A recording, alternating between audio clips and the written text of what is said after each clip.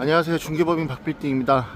오늘은 쿠팡 본사옥이 이전하면서 임대 포함 총 1000세대 정도 규모로 12월에 사전점검을 준비 중인 롯데캐슬 이스트폴 현장에 나와 있습니다. 올해 11월 7일부로 기획재정부 조세정책과에서 손피 거래에 대한 유권 해석이 달라지면서 당분간 전매 제한이 풀린 서울특별시의 모든 신축 아파트들이 전매가 사실상 불가능해졌습니다. 오늘은 손피 거래에 대해서 알아볼 거고요. 부동산을 투자하시거나 부동산에 대해 관심이 많으신 분들이 반드시 알아야 될 조세 개정과 규제에 대해서도 함께 파악해보는 시간을 가져보겠습니다. 23년도 1월달을 기준으로 서울특별시 용산이나 강남 3구를 제외한 전 지역이 조정지역이 해제가 되면서 마찬가지로 분양권 같은 경우에도 전매 제한이 해제가 됐습니다. 다만 서울은 여전히 과밀 억제권이기 때문에 당첨자 발표일 1년이 지나야 전매가 풀리죠.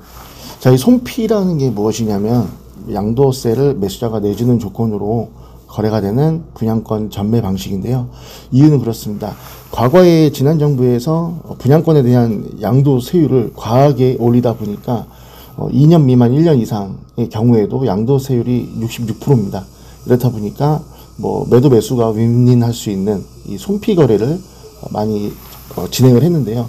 23년도에는 기획재정부 조세정책과에서 손피 거래가 불법이 아니다, 조세 불복 청구도 있었고요. 그래서 그 근거로 해서 거래가 아니다라는 전제하에 손피 거래가 많이 진행됐는데, 이번에 기존 해석과는 좀 다르게 새로운 해석이 24년도 11월 7일 날로 유권 해석이 발표되면서 이날 이후부터 양도하는 것들은 문제가 생길 수가 있습니다. 그래서 오늘은 이 내용에 대해서 한번 심도 깊게 파악해 보겠습니다. 전매 제한 당첨자 발표일 1년이 지난 단지들 가운데서 가장 최근에 손피 거래가 많이 진행된 단지들은 롯데캐슬 이스트폴, 그리고 이문 희경뉴타운의 1구역 레미안 라그란데, 그리고 12월 달이 되면 용답동 리베뷰 자이도 이제 전매 제한이 풀리면서 손피 거래가 조금 나올 수 있는 상황이 됐습니다. 그래서 다양한 단지에서 서울의 다양한 지역에서 손피 거래가 활성화될 것이다 라고 예측을 했었는데, 이번에 기획재정부 조세과에서 유권 해석이 달라지면서 손피 거래는 전면 스톱이 됐다 라고 말씀드릴 수가 있겠고요. 제가 오늘 내용을 송출하게 된 계기가 이렇습니다. 지금 많은 분들이 그 실거래가 신고를 보고서 임장을 오시는 분들이 많습니다. 17억 30만원의 최고가네, 이 정도면 나도 84 매입할 수 있는 거 아닐까 하고 막연하게 그냥 오시는 분들이 많은데요. 이 손피 거래는요, 실거래가에서 검색이 안 됩니다. 실제로 얼마에 거래가 되는지. 왜냐하면 분양권 거래 같은 경우에는 매도자와 매수자가 실제 주고받은 금액만 측정이 되고, 매수자가 추후에 추가로 납부해야 되는 잔금은 포함이 안 돼 있습니다.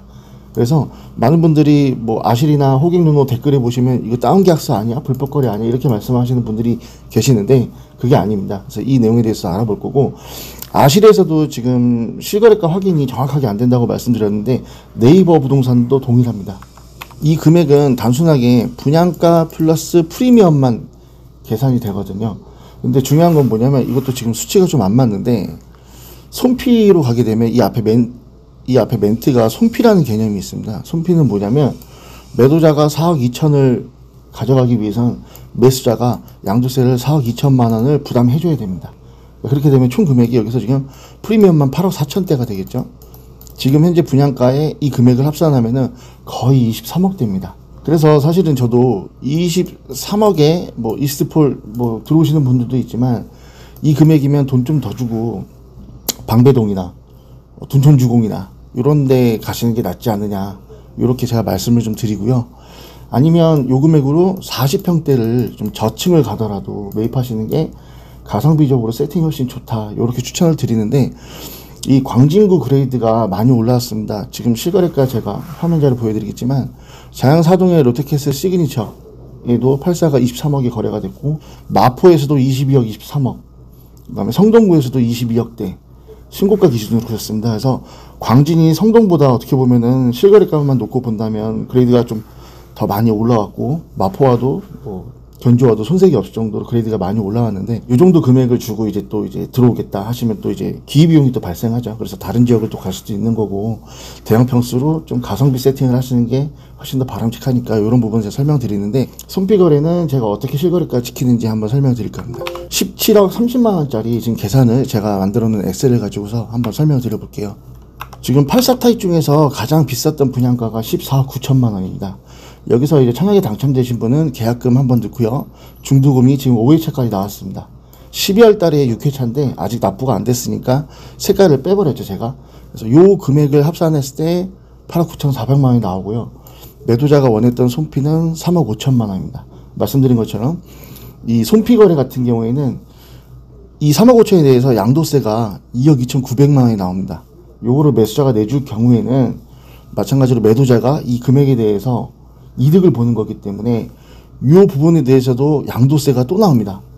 무한대로 나오지 않았었고, 딱 요 금액에 대해서만 양도세를 2차로 납부하게 되면 소멸되는 기획재정부의 유권에서 23년도에 있었는데, 요게 이제 바뀌었다는 거죠. 어쨌든 이 부분 잠시 후에 설명드리고요. 지금 8억 9,400에 손피 1차, 2차 양도세 합산하면 딱 17억 100만원이 나옵니다. 요게 이제 실거래로 찍히는 거거든요. 다운 계약으로 실거래 신고가 된 건 아니다. 이렇게 산출된 금액에 중도금 한번 나오죠. 잔금 30% 준비해야 되죠. 이 금액을 합산하면 딱 23억 원 정도 딱 떨어집니다. 그래서 롯데캐슬 이스트4 한강조망 나오는 것들도 실제는 23억 원 정도의 거래가 되고 있습니다. 지금 네이버 부동산에 나와 있는 이런 손피 매물들은 전부 다 아마 조정이 필요할 겁니다. 그래서 한 12월 달 정도는 돼야 정상적인 프리미엄으로 거래할 수 있는 매물들이 좀 정리되지 않을까, 이렇게 한번 말씀드릴 수가 있겠습니다. 이스트4이 예전에 분양할 때 분양가가 너무 비싸다, 이건 미분양 난다, 이렇게 조금 악의적인 유튜브들도 되게 많았었는데, 어쨌든 100대1 경쟁률로 해가지고 지금은 23억까지 실거래가 올라왔고요. 지금 행당 7구역도 마찬가지로 5구 타입이 거의 15억대인데 300대1이 나왔고, 공덕동 마푸자 1스테이트 같은 경우에도 지금 뭐 100대1 이상 나왔습니다. 가점이 69점 이상부터고, 가장 최근에 분양했던 미성진지 크로바 요 재건축도 보시면 300대1 경쟁률이 나왔습니다.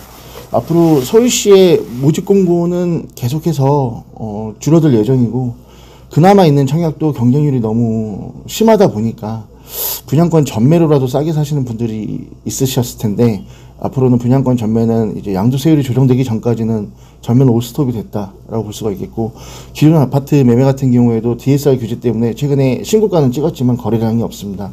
해서 지금 갈아타기를 계획하신 분이시라면 이런 정책 변동성을 항상 꾸준하게 모니터링 하시는 게 좋겠고요. 지금 정부가 아니라 다음 정부에서 조금 빛을 발할 수 있는 어떤 정비사업 초기 단계에 있는 수익 투자를 여러분들께서 보시는 게 좀 좋을 것 같습니다. 사실 지금 아파트가 투자 상품은 아닙니다. 전세 끼고 갭이 10억 정도 들어간다고 하더라도 1억 이상 뭐 매매가가 상승된다는 개런티는 절대 보장이 안 되고요. 오히려 이런 공급이 없는 점을 풀어가기 위해서 지금 서울시에서 소형주택이나 청약을 쓸 때 소형주택의 주택수 합산 배제나 뭐 취득세, 보유세, 양도세에서 주택수 배제해주는 이런 약간의 정책적인 지원이 있을 때 공급 확대를 위해서 다양한 방향으로 지금 지원을 하고 있는 이런 정비사업 쪽에 오히려 조그맣게 1, 2억 정도 CD를 투자해 놓으시고, 좀 다음 정부에서 좀 빛을 발할 수 있는, 다음 부동산 호황기에서 좀 빛을 발할 수 있는 이런 포트폴리오 구성이 그 어느 때보다 더 중요한 시기다라고 한번 내용을 정리해 볼 수 있겠습니다. 11월 23일 날 마찬가지로 또 강의를 진행합니다. 이때 소수분들 모셔놓고 현장 임장도 같이 답사를 해드리고, 한 3시간 정도 정부 정책 고시된 내용을 토대로 해서 또 강의를 준비할 예정이니까, 궁금하신 분들은 하단에 뭐 전화나 문자로 참석하시는 방법과 절차 이런 거 문자로 주시면 제가 빠르게 피드백 드리도록 하겠습니다. 자, 오늘 영상 유익하셨다면 구독과 좋아요 한 번씩 부탁드리겠습니다.